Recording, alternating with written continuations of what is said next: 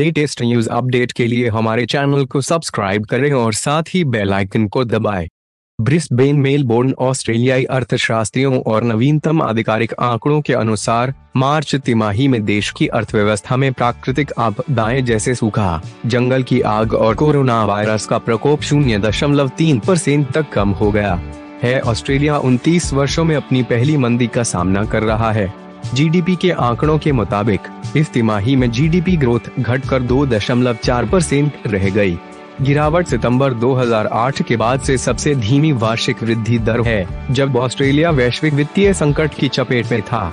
कोषाध्यक्ष जोश फ्रीडेनबर्ग ने कहा कि ऑस्ट्रेलियाई लोगों को कोरोना वायरस से बचाने के लिए स्वास्थ्य उपायों पर तालाबंदी ने देश की अर्थव्यवस्था को गंभीर चोट पहुंचाई है। सांख्यिकी के प्रमुख अर्थशास्त्री ब्रूस हॉफमैन ने कहा कि कोरोना वायरस नियंत्रण उपायों से आर्थिक नुकसान संभावित मंदी की शुरुआत थी, लेकिन ऐसा करना जनहित में भी था। उन्होंने आगे कहा कि पहले से ही सूखे और जंगल की आग जैसी प्राकृतिक आपदाओं ने सरकारी खर्च में वृद्धि की है। सैनिकों की तैनाती के कारण इस तिमाही में रक्षा खर्च 1.1% बढ़ा। परिणाम स्वरूप राज्य और स्थानीय सरकार के खर्च में 1.9% की वृद्धि हुई।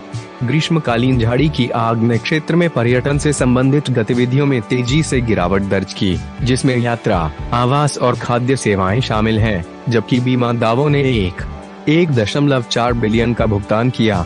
जून तिमाही के आंकड़े, जो सितंबर में जारी किए जाएंगे और 6 अक्टूबर को संघीय बजट में शामिल किए गए हैं, व्यापक रूप से और भी खराब होने की उम्मीद है।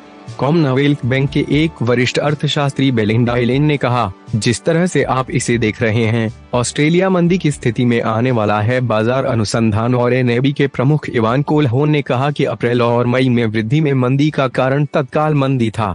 रिजर्व बैंक का कहना है कि मौजूदा आर्थिक मंदी की गहराई उम्मीद से कम हो सकती है। हालांकि रिजर्व बैंक ऑफ ऑस्ट्रेलिया के गवर्नर फिलिप लोवे ने अत्यधिक अनिश्चित दृष्टिकोण को दोहराया है और देश की अर्थव्यवस्था को वित्तीय सहायता प्रदान करने के लिए सरकार को जारी रखने का आह्वान किया है।